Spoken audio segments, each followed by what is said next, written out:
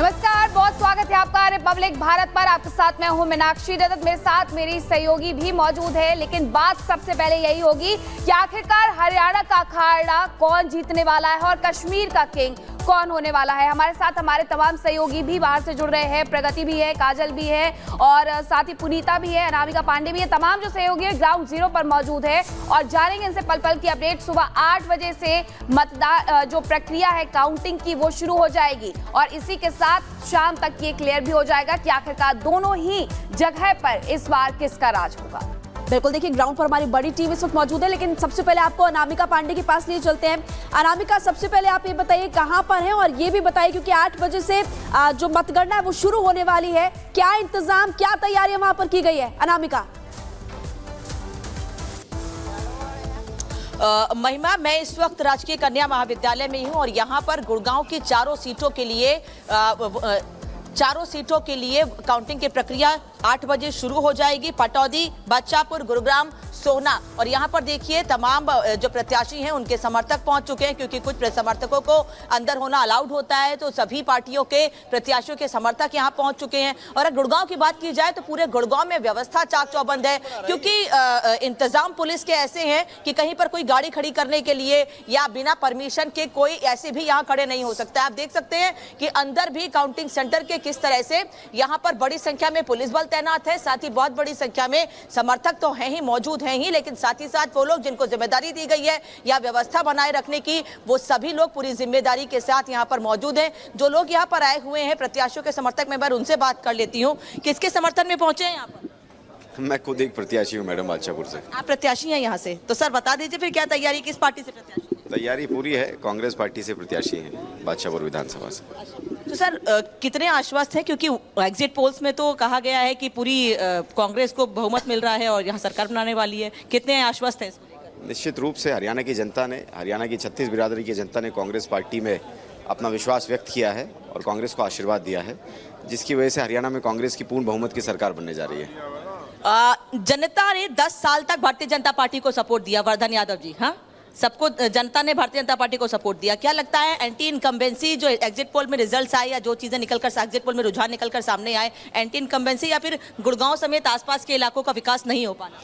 देखिए, ये एक बहुत बड़ा फेलियर रहा है सरकार का। इंफ्रास्ट्रक्चर के ऊपर कोई काम नहीं हो पाया। जो जिला सबसे ज़्यादा रेवेन्यू देता है, लगभग 70% रेवेन्यू गुड़गांव जिला देता है, वहाँ की सड़कें आज भी टूटी हुई हैं। वो चारों तरफ कूड़े के ढेर पर बैठा हुआ है, चारों तरफ ट्रैफिक जाम रहता है। शहर का, ग्रामीण का जिसे लेकर के अभी भी यहाँ पर बातचीत नजर आ रही है, क्योंकि अब मतदान तो हो चुका है, मतगणना की बारी है और ऐसे में कौन किस पर हावी होने वाला है कुछ ही समय बाद ये पता चल जाएगा। हमारे साथ हमारी सहयोगी कोमल भी जुड़ी हुई है, कोमल का रुख कर लेते हैं। कोमल, वहां पर किस तरीके से तैयारियां की गई है, क्योंकि बताया ये जा रहा है कि 22 जिलों के लिए 93 केंद्र बनाए गए हैं और इसके अलावा सीसीटीवी हर जगह लगाई गई है। बिल्कुल, देखिए अगर हम फरीदाबाद की बात करें तो फरीदाबाद में 6 विधानसभा सीटें हैं, लेकिन इस बीच यहाँ पे काउंटिंग शुरू होने में थोड़ा समय है। लेकिन अगर हम सुरक्षा व्यवस्था की बात करें तो देखिए सुरक्षा व्यवस्था पूरी तरह से चाक चौबंद कर दी गई है। पुलिस ने बैरिकेडिंग लगा दी है, क्योंकि अगर आप आगे जाएंगे तो यहाँ पे गुज्जर भवन है और पंजाब भवन है, दोनों जगहों पर यहाँ पे वोटिंग जो काउंटिंग है वो शुरू होगी, वोटों की गिनती शुरू होगी। लेकिन उससे पहले देखिए हलचल साफ तौर पर यहाँ पे बढ़ गई है, हलचल आप साफ तौर पर देख सकते हैं। सुरक्षा व्यवस्था की बात करें तो 3 लेयर सिक्योरिटी लगा दी गई है, जिसमें जिला पुलिस है, अर्धसैनिक बलों की तैनाती है, सशक्त बलों की भी तैनाती कर दी गई है। और देखिए बात अगर हम करें तो सीसीटीवी कैमरे के जरिए भी निगरानी की जा रही है। हलचल जाहिर तौर पर यहाँ पे बढ़ गई है, क्योंकि फरीदाबाद की बात करें तो सीट काफी ज्यादा इंपॉर्टेंट हो जाती है, क्योंकि दिल्ली से, देश की राजधानी दिल्ली से सटा हुआ है फरीदाबाद। और हरियाणा का यहाँ पे देखिए हरियाणा के 6 विधानसभा सीटें हैं। बात करें तो बीजेपी यहाँ पे 6 में से पिछले चुनाव में 2019 की बात करें तो 5 सीटों पर बीजेपी का यहाँ पे दबदबा देखा गया था। तो ऐसे में जिस तरह से अब इस बार एग्जिट पोल के नतीजे भी सामने आ रहे हैं तो कहीं ना कहीं देखिए कश्मकश भी बनी हुई है। लेकिन यहाँ की बात करें तो देखिए हलचल तेज हो गई है, काउंटिंग सेंटर्स के बाहर में हलचल काफी ज्यादा तेज है, आप बता रही हैं। लेकिन जम्मू कश्मीर की अगर बात करें आप, क्योंकि हरियाणा का जिक्र इस वक्त कर रही हैं, प्रगति, जम्मू कश्मीर इस बार हमने देखा कि 370 की बेड़ियों से आजाद होकर लोकतंत्र के इस महापर्व में बढ़ चढ़कर लोगों ने हिस्सा लिया। 3 फेजेस में चुनाव हुए। हालांकि अब देखना महत्वपूर्ण होगा कि जम्मू कश्मीर का किंग कौन होता है। प्रगति।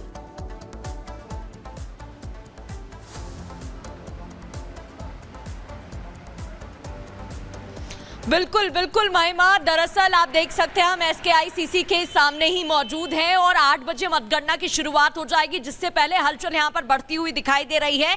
सभी टीमें अंदर पहुंच चुकी हैं और EVM की गिनती शुरू होगी। उससे पहले देखिए जम्मू कश्मीर की अगर हम बात करें तो 370 से आजादी के बाद अब 10 साल बाद ये चुनाव हो रहे हैं। कई अहम मुद्दे यहाँ पर देखने को मिले। 370 का बड़ा मुद्दा रहा पर्यटन व्यवस्था, जिस तरीके से बेहतर हुई है, सुधरी है, क्योंकि हमने लोगों से बात की थी। उसके बाद ऐसे कई मुद्दे हैं जिनको देखते हुए लोग वोट करने गए हैं।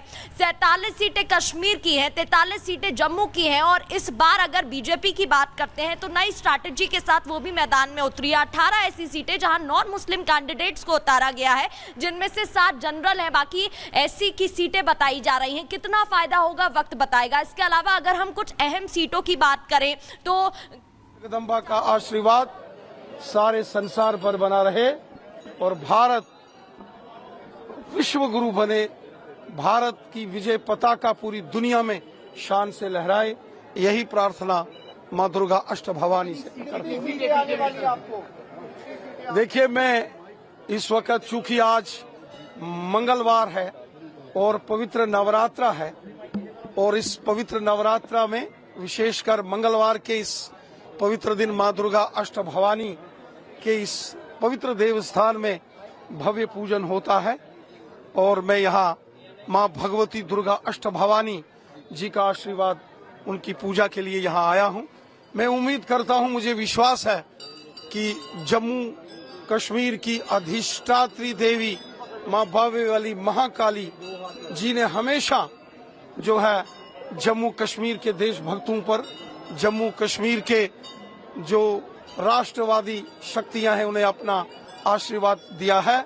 जो सज्जन शक्तियां हैं, जो देव शक्तियां हैं, उन पर मां भगवती का सदैव आशीर्वाद रहा है और मैं पूरा विश्वास करता हूं कि इस बार भी देवीय शक्तियों की जीत होगी और भव्य जीत होगी और मां भगवती जी के आशीर्वाद से देवीय शक्तियों की जीत होगी, यकीनन जीत होगी। मां भगवती, महाकाली, मां वैष्णो रानी, मां दुर्गा अष्टभवानी, मां जगदम्बा के आशीर्वाद से जम्मू कश्मीर में, पूरे भारत में, विश्व में देवीय शक्तियों की जीत होगी, सज्जन शक्तियों की जीत होगी। धर्म की जय हो, अधर्म का नाश हो, प्राणियों में सद्भावना हो, विश्व का कल्याण हो, यही प्रार्थना मां भगवती दुर्गा अष्टभवानी के समकक्ष करते हैं। सर, अभी आप जाएंगे सर, नौशेरा जाएंगे आपको? देखिए, चूंकि मैं मां महाकाली जी के पवित्र देवस्थान पर हूं, मैं माता के चरणों में प्रणाम करते हुए मैं मां से प्रार्थना करता हूं कि हे मां, देवीय शक्तियों की, सज्जन शक्तियों की, राष्ट्र और धर्म की रक्षा में सर्वस्व अर्पण करने वाली शक्तियों की विजय हो।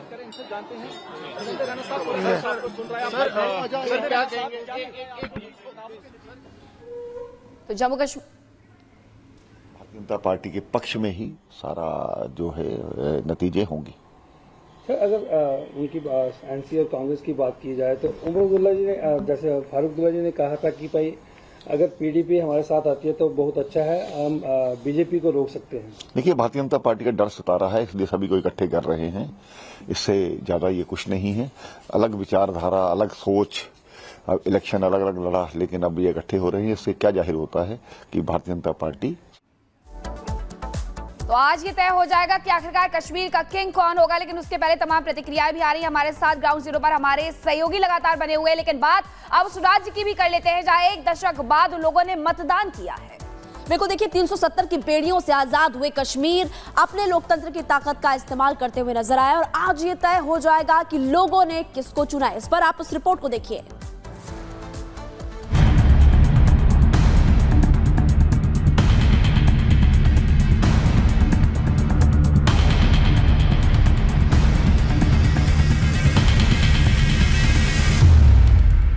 साल के लंबे अंतराल और पहली बार 370 की बेड़ियों से आजाद होकर जम्मू कश्मीर ने लोकतंत्र के इस शानदार त्योहार में हिस्सा लिया। चुनाव 3 फेज में हुए और हर फेज में लोगों ने जबरदस्त वोटिंग की और दिखा दिया कि कश्मीर सच में अपने पुराने दौर से काफी आगे निकल चुका है। जम्मू का इलाका हो या फिर पहाड़ों पर दूर दराज का कोई गांव, लोग मतदान को लेकर काफी जोश में दिखे।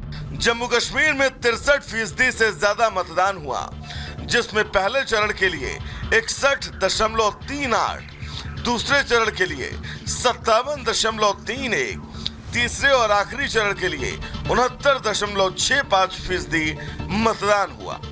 मतदान फीसदी से एक बात तो साफ है कि लोग अब कश्मीर में अशांति की बजाय एक सुलझी हुई सरकार